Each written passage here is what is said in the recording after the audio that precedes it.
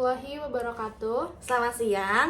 Perkenalkan, nama saya Putri Rahma Fadila. Perkenalkan, nama saya Yunita Christine Sitio. Di sini kami akan menampilkan hasil video mengenai tugas mata kuliah praktek lab konseling perorangan yang saya hormati selaku dosen mata kuliah pada praktek lab konseling perorangan, Ibu Lili Andriani. Selamat menyaksikan, dan teman-teman semua selamat menyaksikan. Selamat menyaksikan. Apa itu pendekatan konseling client center? Pendekatan konseling client center menekankan pada kecakapan klien untuk menentukan isu yang penting bagi dirinya dan pemecahan masalah dirinya. Konsep pokok yang mendasari adalah hal yang menyangkut konsep-konsep mengenai diri atau self, aktualisasi diri, teori kepribadian, dan hakikat kecemasan. Maka, konseling client center sebagai model dalam konseling yang merupakan sebagai pendekatan, deskripsi proses konseling, tujuan konseling, teknik konseling, kelebihan dan keterbatasan, serta hasil konseling dan penerapan di dalam proses belajar mengajar yang ada di sekolah. Silakan masuk. Iya, Bu. Selamat siang, Ibu. Siang. Boleh duduk dulu? Iya, Bu. Perkenalkan, namanya siapa? Oke, sebelumnya perkenalan dulu ya, Bu. Nama saya Yunita Christine, bisa Ibu panggil saya Christine. Oke, baik, Christine. Untuk kedatangan kamu ke sini ada keperluan apa? Ya, jadi saya datang ke Ibu tuh secara emang kemauan saya sendiri ya, Bu, bukan paksaan. Jadi saya datang ke sini tuh karena emang ada masalah saya aja yang mengganggu pikiran saya gitu. Oke, baik. Sebelum kita mulai, jadi saya konfirmasi lagi, Christine kesini datang mau konseling dengan saya, betul? Betul. Ya, kalau gitu kita mulai konseling hari ini dengan berdoa terlebih dahulu. Menurut kepercayaan masing-masing, berdoa dimulai.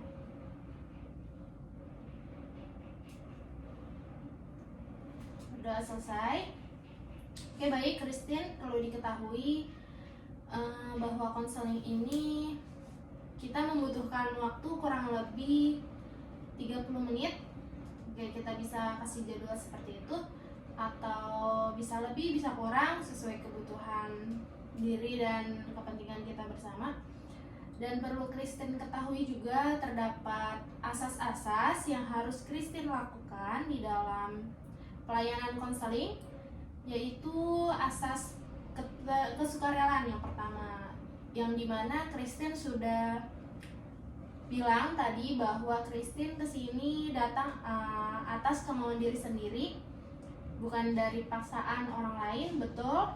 Betul. Oke, kemudian ada asas keterbukaan, yang dimana nanti Christine saya minta untuk bisa lebih terbuka, karena ini namanya konseling. Saya perlu tahu detail bagaimana keadaan yang dialami oleh Christine.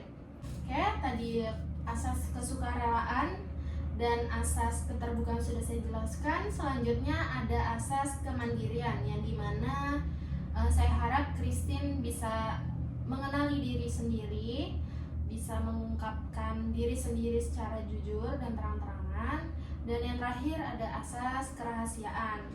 Asas kerahasiaan di sini dimaksudkan bahwa apabila Christine setelah melakukan konseling ini, tentunya saya sebagai konselor atau sebagai memberi layanan ke Christine akan menjaga rahasia atau menjaga apa yang sudah Christine ceritakan ke saya, yang sudah kita bahas bersama-sama. Dan begitupun juga Christine, saya harap juga Christine bisa melakukan asas kerahasiaan terhadap orang lain, baik teman-teman, dan kalau bisa sebagai pedoman diri sendiri. Baik, Ibu, saya mengerti. Sebelumnya Christine sudah kenal saya belum? Belum tahu banget sih, Bu. Perkenalkan, nama saya Putri Rahma. Christine bisa panggil Putri. Ibu Putri. Ya, boleh. Oke, kalau gitu karena saya udah ngejelasin semua peraturan, kita bisa mulai aja. Christine bersedia untuk bercerita sekarang? Ya, saya siap dan bersedia. Ya, oke. Boleh saya dengarkan terlebih dahulu. Oke, jadi aku ini kan seorang mahasiswi gitu Bu di universitas dan ngambil jurusan gitu prodi pendidikan gitu Bu. Dan saya ini tuh udah di semester atas gitu loh Bu, ya semester 6. Ya Ibu tau lah kalau misalnya semester atas pasti kan susah gitu ya, susah dari materi juga, susah dan banyak tugas gitu menumpuk. Dan yang membuat saya terbebani juga itu saya itu ada kerja sebagai freelance gitu Bu. Ya jadi antara perkuliahan dan freelance ini tuh ada yang membuat beban pikiran saya gitu. Terlebih suka ada bentrok juga gitu loh Bu, gitu. Itu yang membawa pikiran saya. Oke, baik. Sebelum lebih jauh saya tanya satu persatu dulu kali ya. Jadi kamu mahasiswi sudah semester 6 di jurusan pendidikan dan kamu sambil bekerja freelance. Betul. Freelance-nya itu lebih spesifik bekerja sebagai apa? Promotor sih Bu, dan kerjanya juga ya 3 hari, Jumat, Sabtu, Minggu kayak gitu. Oke, jadi promotor di setiap hari Jumat, Sabtu, dan Minggu. Apakah itu berlangsung setiap minggu atau terjadwal? Setiap minggu Bu. Setiap minggu. Iya. Jadi mungkin pekerjaan yang kamu jalani ini bentrok. Kamu sebutkan Bentrok. tadi bentrok dengan perkuliahan. Iya, dengan jadwal perkuliahan saya. Kebetulan perkuliahan yang kamu jalani itu dari hari apa sampai hari apa? Dari hari Senin sampai Jumat. Biasanya Perkuliahan saya. Biasanya kan kalau perkuliahan itu ada di libur 1 hari. Iya, liburnya sayangnya di hari Kamis, jadi nggak sesuai dengan jadwal kerja saya gitu. Jadi saya libur kuliahnya di hari Kamis, tapi jadwal kerja saya Jumat, Sabtu, Minggu. Jadi Jumatnya kena gitu Bu buat bentroknya. Oke. Bentrok di sini lebih spesifiknya itu gimana ya? Ya jadi ini saya menjelaskan di hari Jumatnya saja ya Bu, Iya. karena kan perkuliahan Sabtu Minggu nggak ada. Jadi hari Jumat itu tuh mulai dari jam 7.30 pagi sampai jam 10.50. Nah, itu 2 mata kuliah Bu. Nah, jadi mata kuliah pertama itu 7.30 sampai jam 9.10. Nah, sedangkan pekerjaan saya itu mulai jam 11. Nah, jadi kalau misalnya saya itu permasalahan saya hadapi itu kadang di mata kuliah kedua saya sering izin Bu ke dosen saya karena saya harus melakukan pekerjaan itu gitu, karena mungkin di pikiran ibu kan masih jam 11 gitu kan, tapi kan kelar mata kuliah jam 10.50. Jarak dari kampus ke tempat kerja saya itu 30 Bu, itu kalau lancar perjalanannya gitu. Jadi saya pas keluar dari selesai mata kuliah pertama di jam 9.10 itu saya keluar izin terhadap dosen saya ini gitu, karena ya kan lihat dari jaraknya juga Bu. Kalau misalnya saya keluar di pertengahan, kalau misalnya saya ikut di mata kuliah kedua tapi saya keluar dari pertengahan belajar kan lebih malu gitu kan. Jadi saya selalu izin Bu dari awal di mata kuliah kedua begitu Bu. Jadi saya merasa kayaknya nggak punya tanggung jawab gitu loh Bu. Oke. Lalu selama ini perkuliahan itu kan bentrok. Di kampus kamu ini tuh selalu tatap muka atau memang ada yang macam-macam kayak online, kemudian tatap muka gitu? Kita hybrid sih, tetap masih, tapi semakin naiknya semester tuh semakin banyaknya juga offline Bu. Jadi kalau misalnya online hari Jumat itu saya tetap ikut mata kuliah karena kan lebih banyak Zoom dan kayak Gmeet gitu. Jadi saya di tempat kerja sambil nge-Gmeet gitu. Jadi saya udah datang di tempat kerja lebih awal lagi biar nanti selesai nge-Gmeet saya tinggal masuk kerja. Itu kalau misalnya online. Jadi saya walaupun online tuh tetap ikut kan live Gmeet doang kan. Tapi kalau misalnya offline ini Bu yang membuat saya tuh jadi beban gitu, kayak bolak-balik lah, apalagi bolak-balik itu nggak terpuaskan karena kan izin terus gitu loh. Jadi menurut saya juga kayak beban aja sih Bu, dan sangat tidak bertanggung jawab gitu dalam perkuliahan. Oke, baik. Kemudian apakah di tempat bekerja itu membolehkan atau mengizinkan Christine untuk membuka kelas online atau buka handphone gitu khususnya?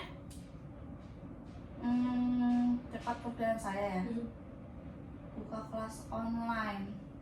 Boleh sih Bu, online gitu, tapi kan jadi kekhawatiran saya juga karena kan nilai sikap di lapangan juga dinilai gitu Bu. Oke, baik.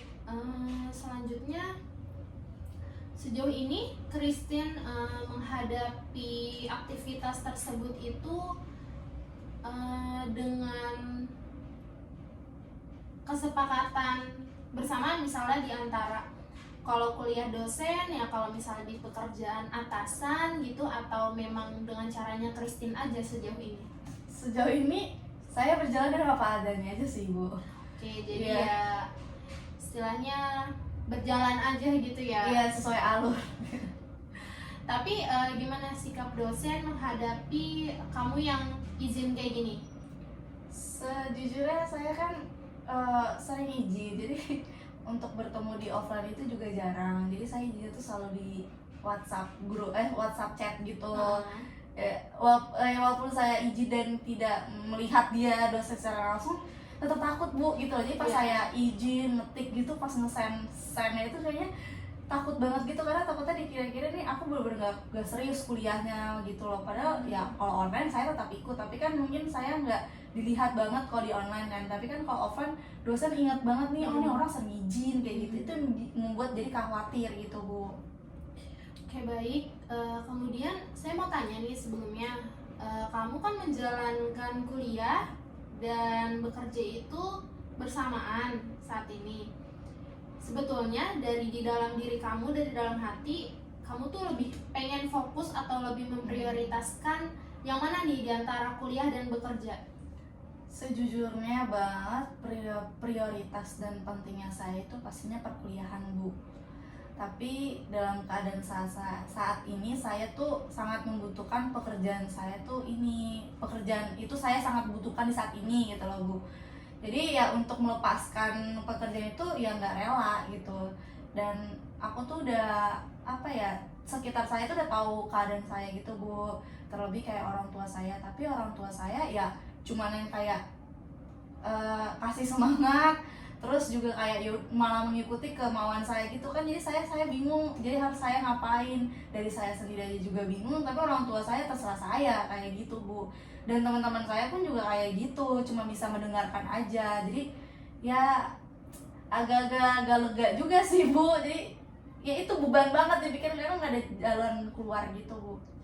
Oke, mungkin yang kamu rasakan ini sebagai kekeliruan, kekhawatiran juga, betul? Betul Bu. Apalagi ya, mungkin saya juga mau tanya, kamu kan harusnya tahu nih ya, bagaimana jadwal antara perkuliahan dan jadwal antara pekerjaan. Kenapa itu bisa bentrok? Apakah sebelumnya kamu nggak cross check gitu? Oke, jadi dengan bentrokan jadwal kenapa saya bisa tahu atau enggak gitu kan. Jadi tuh sebenarnya yang lebih duluan itu pas kan naik semester nih Bu, dari semester 5 ke semester 6. Nah itu liburnya panjang kan, jadi pas di liburan semester 5 ke 6 itu saya itu ada coba masuk sebuah pekerjaan gitu. Dan saya juga udah berdiskusi gitu dengan orang kantor kayak soal jadwalnya, dan ya rupanya dapatnya tuh dari siang ke malam kan, kayak orang kerja biasa gitu Bu. Dan dengan PD-nya gitu saya mikir kalau di semester 6 ini saya masih kontrak kerja dengan kerjaan itu, dan PD-nya saya mikir jamnya gitu, ya PD-nya mikir aja kayak semester 5 kayaknya pagi nih kelasnya, kelas terusnya pagi gitu. Jadi kayak mikirnya di semester 6 juga kayak gitu jamnya, ngerti kan Bu? Jadi ya udah pikir-pikir aja kayaknya semester 6 juga sama kayak semester 5 nih jadwalnya pagi-pagi. Jadi saya ambil aja kontrak kerja saya selama 6 bulan. Nah sesudah saya udah dapat kontrak kerja itu, masuklah semester 6 kan Bu. Dan rupanya saya melihat jadwal semester 6, di satu hari itu ada rupanya yang bentrok. Itu di luar kendali saya, yang kayak udah terlalu pede aja, udah mikir semester 5 sama semester 6 jadwalnya sama-sama aja, rupanya ya ada berbeda juga satu gitu Bu. Oke, Jadi sekarang bisa saya simpulkan bahwa kamu kuliah sambil bekerja, bentrok antara jam kuliah dan bekerja juga di satu hari, yaitu hari Jumat, Betul, Bu. dan bentroknya hanya di satu mata kuliah. Iya, di Iya. pelajaran kedua Jadi yang pelajaran pertama itu bisa kamu. masih bisa. Oke, selanjutnya ini udah masuk kita ke tahap pembinaan nih, Cek. Nah, terus gimana nih perasaan kamu sejauh ini dalam menjalani kegiatan sehari-hari kamu yang seperti kamu sebutkan, kamu keluhkan? Saya hadapi sehari-hari ya. Ya itu yang tadi aku bilang, Bu, ya seadanya aja, sealurnya aja, ngeluh yang ngeluh gitu. Tapi keluhan saya nggak menemukan sebuah jalan keluar gitu yang membuat saya tuh jadi beban pikiran. Jadi lagi istirahat, aduh ada tugas ya. Jadi itu yang buat saya stres, pusing kayak gitu. Tapi nggak saya kelarkan gitu loh. Jadi karena terbagi kan tugas dalam kerja, tugas dalam si kuliah, apalagi tugas sekolah itu sekarang banyak prakteknya, banyak kelompoknya, apalagi kalau tugas individu ada yang nyusun ini dan lama kelamaan tertumpuk gitu. Nah yang jeleknya saya ya kalau misalnya udah tertumpuk, saya tuh nggak langsung ngelakuin nyelesain itu gitu ya, jadi tertumpuk banget gitu loh kalau tugas kuliah terus, tapi kepikiran terus tapi nggak pernah aku jalanin gitu. Mungkin ada perasaan yang lebih spesifik yang Ici rasakan gitu, kayak sedih, kecewa, ada nggak? Ada banget, Ada. ada banget. Terlebih kayak teman-temanku udah pada selesai ini, aku yang belum, aku jadi kayak takut gitu loh, takutnya tertinggal. Terus ya khawatirnya parah banget sih, Bu, sebenarnya parah. Terus stres dan yang membuat jadi sakit juga sih, sering pusing. Terus kalau tidur suka yang bangun kayak tidur ayam gitu loh, Bu, yang kayak kebangun oh ya ini besok masuk kerja, besok kuliah lagi, aduh. Jadi kebanyakan ngeluhnya gitu loh, Bu, daripada menyenangkannya gitu. Oke. Karena namanya keadaan tidak bisa dipaksakan dan hanya bisa dirasakan selama ini. Sejauh ini Christine menghadapi itu semua atau kayak menenangkan kekhawatiran, kecemasan, kesedihan dan lain-lain itunya tuh seperti apa? Apakah Christine ada kegiatan olahraga atau lain-lain? Nggak ada sih, Bu. Maksudnya nggak ada kayak kegiatan orang gitu. Maksudnya dua kegiatan kuliah sama kerja aja saya sudah susah banget gitu. Ya palingan ngalihinnya ya saya penggemar K-pop gitu loh, Bu. Jadi ya suka nonton YouTube K-pop, idola yang saya suka. Terus kadang mengapresiasikan kerja saya dengan ya gaji saya suka saya beli album, kayak beli album Korea. Gitu aja sih, Bu. Kayak kadang juga kalau lagi stres ceritalah ke teman, tapi kayak gitu yang tadi saya bilang, teman saya cuma bisa kasih semangat aja gitu, kayak dia ngerti perasaan saya, tapi kayak ya udah mereka tuh selalu yang kayak ya udah jatuhnya kalau lagi mau kayak gimana gitu kan. Jadi kayak ya saya gak apa-apa sih saya didengerin, tapi keputusannya saya nggak pernah dapet gitu, mau cerita mana aja selalu nggak dapet. Jadi kayak gitu aja ulang-ulang ngeluh kayak gitu. Oke, mungkin balik lagi namanya temen ya. Jadi sering sekali emang kita kalau cerita sama teman ya seadanya, karena temen juga nggak mau menyinggung kita, atau kadang apa yang dilontarkan jawaban dari temen takutnya Christine tersinggung atau tidak sesuai dengan harapan yang Christine harap gitu ke teman-teman. Oke, jadi bisa disimpulkan kegiatan atau keluhan Christine ini menimbulkan rasa khawatir, rasa lelah Ya betul, yang sometimes juga nangis ya gitu. Jadi yang saya sebutkan barusan, menurut saya di sini memang ada keteledoran dari Christine sendiri karena terlalu menyepelekan apa yang akan datang, padahal kita nggak tahu nih apa yang akan datang itu sesuai dengan ekspektasi kita atau ya seperti itu tadi, adanya kenyataan bentrok jadinya malah kita. Jadi memang perasaan yang sedang Christine rasakan saat ini memang datang dari diri sendiri, diperoleh dari sendiri tanpa paksaan juga, dan jadinya perasaan yang kalut di dalam diri Christine ini menyebar kemana aja, dampaknya ke teman, ke sosial, ke keluarga. jadi menyalahkan banyak orang, Iya, khususnya menyalahkan diri sendiri, ya. dan itu memang tidak baik menurut saya.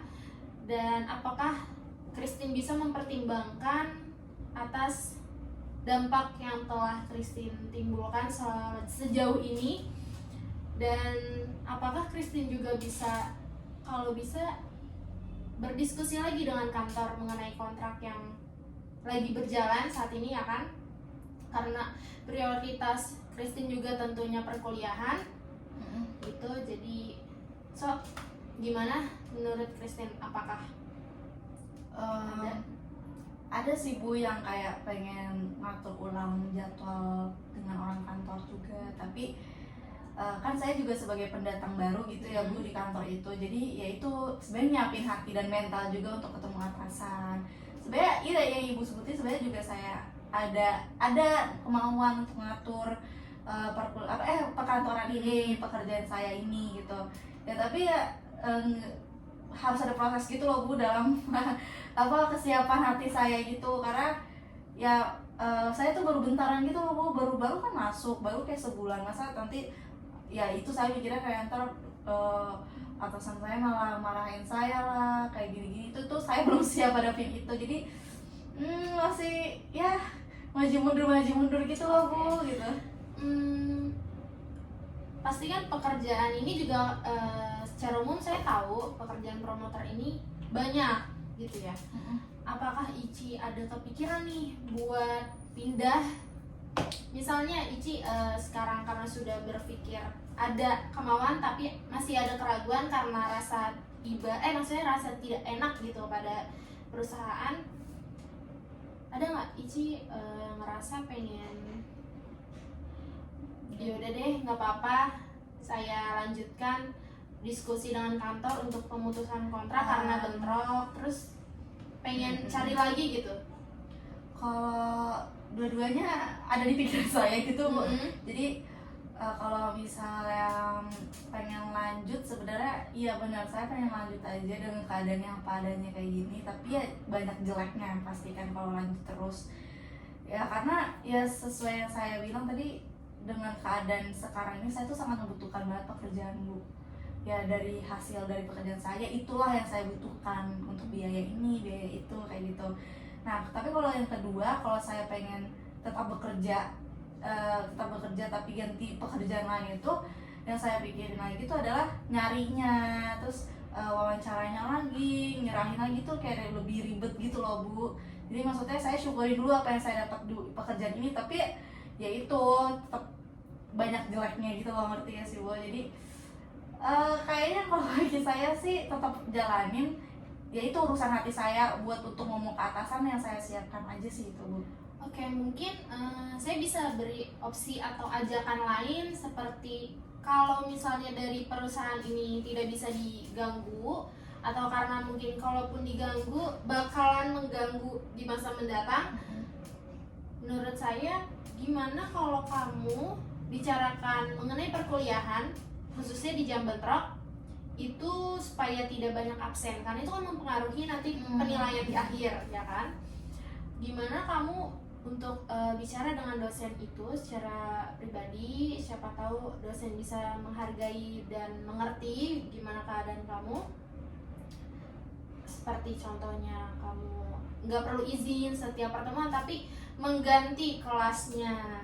Kayak misalnya, Bu saya bisa nggak ikut kelas lain gitu, tapi penilaian saya tetap di kelas saya saat ini, cuman saya nggak mau tertinggal atau banyak izin di mata pelajaran Ibu karena saya bentrok ada pekerjaan gitu, bisa ya gimana? Apakah ada serius, jadi masukan dari Ibu baru juga bagi saya, jadi kayaknya bakal saya lakukan ya.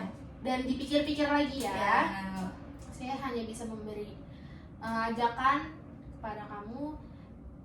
Mungkin apakah sudah cukup atau ada yang mau?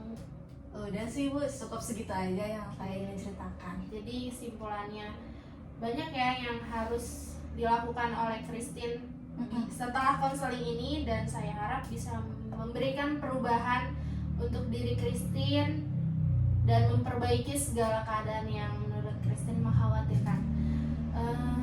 balik lagi, jangan lupa untuk beri semangat pada diri sendiri, minta maaf kepada orang-orang sekitar yang sudah terkena dampak, khususnya dampak dari perasaan tidak mengira-ngira gitu ya. Oke, segitu aja kurang lebihnya, saya mohon maaf ya. Pertemuan selanjutnya apakah mau diadakan? Boleh ya. Minggu Jadi depan mungkin ibu udah kosong nggak? ada, Oke. nanti kita jadwalin lagi melalui WhatsApp aja ya. Oke, kalau gitu saya ucapkan terima kasih juga pada Christine sudah mempercayakan saya bertemu konseling. Dah segitu aja ya, Christine. Terima kasih Ibu atas waktunya. Saya pamit dulu ya, Bu. Ya, Terima kasih, terima Bu. Christine.